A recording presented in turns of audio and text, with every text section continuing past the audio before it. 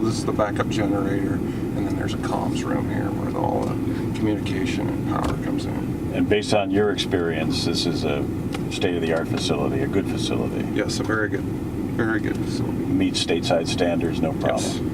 The new Layon landfill is state-of-the-art. Norm Kivett is running the show here now. He is the project manager on site for Herzog Environmental. Herzog's role here is to operate the facility, place, compact, and cover the waste. At the entrance of the facility, radiation detectors ensure that nothing radioactive gets in with the trash. If there's any radioactive material at certain levels, it'll set off an alarm in there. We'll know if there's anything in the load. And that would be banned, that load would be banned. It wouldn't, no radioactive material is allowed in here. Right.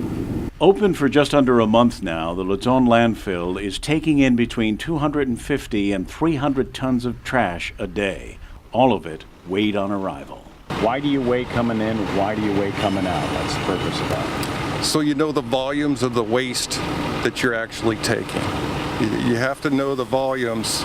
If you don't know the volumes, it's kind of hard to get a track on where you're going, how long the landfill will, the life expectancy of the landfill. Spreading out over 120 acres, only 2 landfill cells are in place now, but there's room for more, up to 11 cells, with each one having a lifespan of roughly 7 years. Based on the tonnages and forecasting, it should last 40 to 49 years.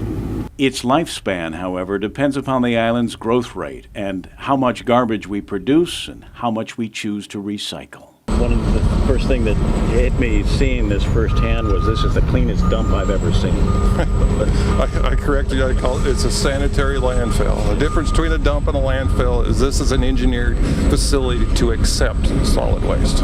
The most critical aspect of the engineering here is control of the water, which begins with the rain cap, that white and black plastic topping kept down and in place by sand-filled bags lying neatly in a row.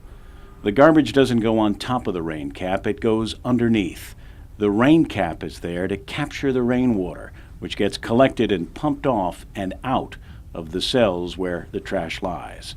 That prevents it from fermenting with the waste underneath and creating even more of that toxic mix known as leachate. The water we're seeing there is just rainwater that's being pumped out. Yeah, it actually hits the rain cap and runs away.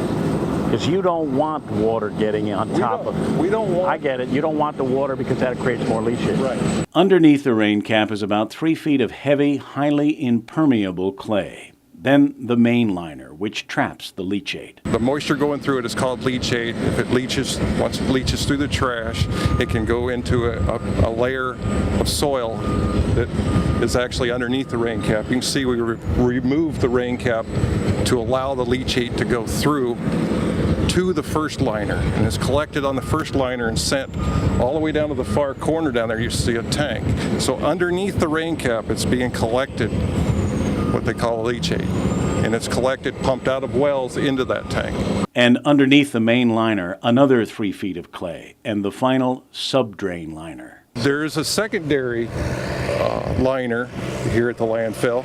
Anything that does penetrate the first liner is pumped from there also into that tank, and all the leachate is pumped again to the wastewater treatment plant in Interahon. And all around the landfill cells are test wells to ensure that none of that leachate is leaking out. We're protecting the groundwater as much as possible. Kevin Kerrigan, PNC News.